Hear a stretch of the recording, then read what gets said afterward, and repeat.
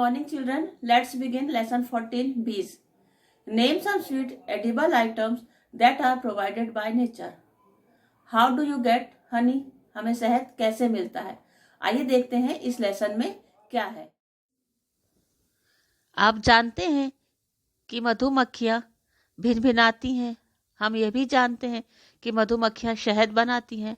आप में से कुछ लोगों को मधुमक्खी ने काटा भी होगा, लेकिन क्या आप जानते हैं कि मधुमक्खियाँ क्यों भिनभिनाती हैं, काटती हैं या डांस करती हैं?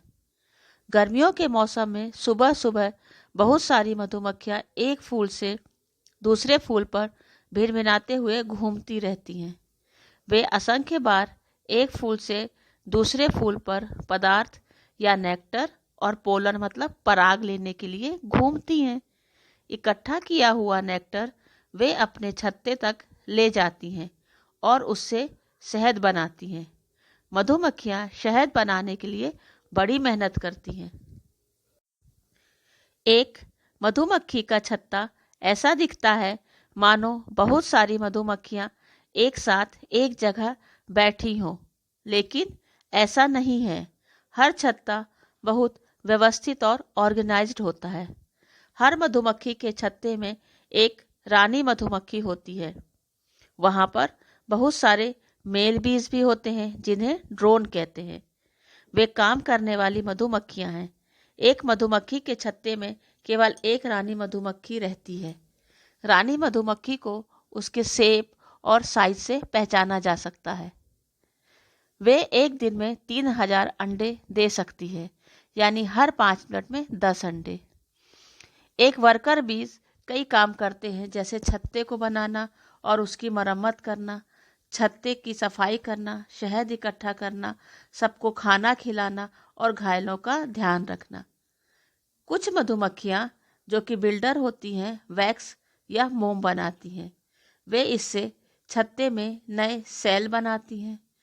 कुछ मक्खियों का काम इन सेल को साफ रखना और नए अंडों के लिए जगह बनाना है। कुछ मधुमक्खियों का काम नए कीड़ों को खाना खिलाना, बी ब्रेड जो कि पोलन और शहद से बनती है बनाना होता है, और नए कीड़ों को बी मिल्क पिलाना होता है। कभी कभी छत्ते में बहुत भीड़ हो जाती है, जिस कारण कुछ मधुमक्खियाँ रानी मधुमक्खी के साथ नए छत्ते को बनाने के लिए निकल जाती हैं। इसे स्वार्मिंग कहते हैं। नई अच्छी जगह मिलने से पहले यह झुंड एक पेड़ की शाखा पर रुक जाता है। कुछ मधुमक्खियाँ एक सर्च पार्टी बनाकर नई जगह ढूंढने निकल जाती है। जगह मिल जाने पर एक डांस शुरू होता है, जिसका औचित्य पूरे झुंड को नई जगह ले जाना होता है। जब किसी मधुमक्खी को कोई अच्छा खाने का स्रोत मिलता है, तब फिर मधुमक्खियाँ नाचकर बाकी मधुमक्खियों को उस जगह ले जाती हैं और अलग अलग तरह की जानकारियाँ जैसे दूरी, तापमान आदि का पता भी मधुमक्खियाँ नाचकर लगाती हैं। नेचर ने हर प्राणी को खुद को बचाने के लिए एक सिस्टम दिया है। इसी तरह मधुमक्खी का हथियार उनका स्टिंग या डंक होता है। यह डंक जहरीला होता है और मधुमक्खी के काटने पर डंक पीड़ित के शरीर में ही रह जाता है, लेकिन बेचारी मधुमक्खी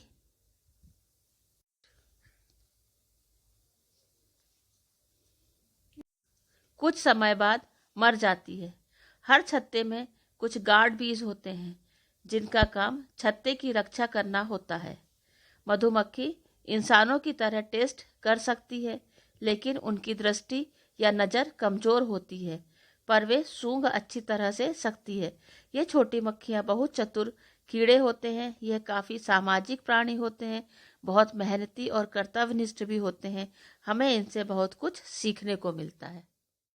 तो हमने बेटा देखा इस लेसन में कि मधुमक्खियाँ बहुत समझदार और चतुर प्राणी होती हैं।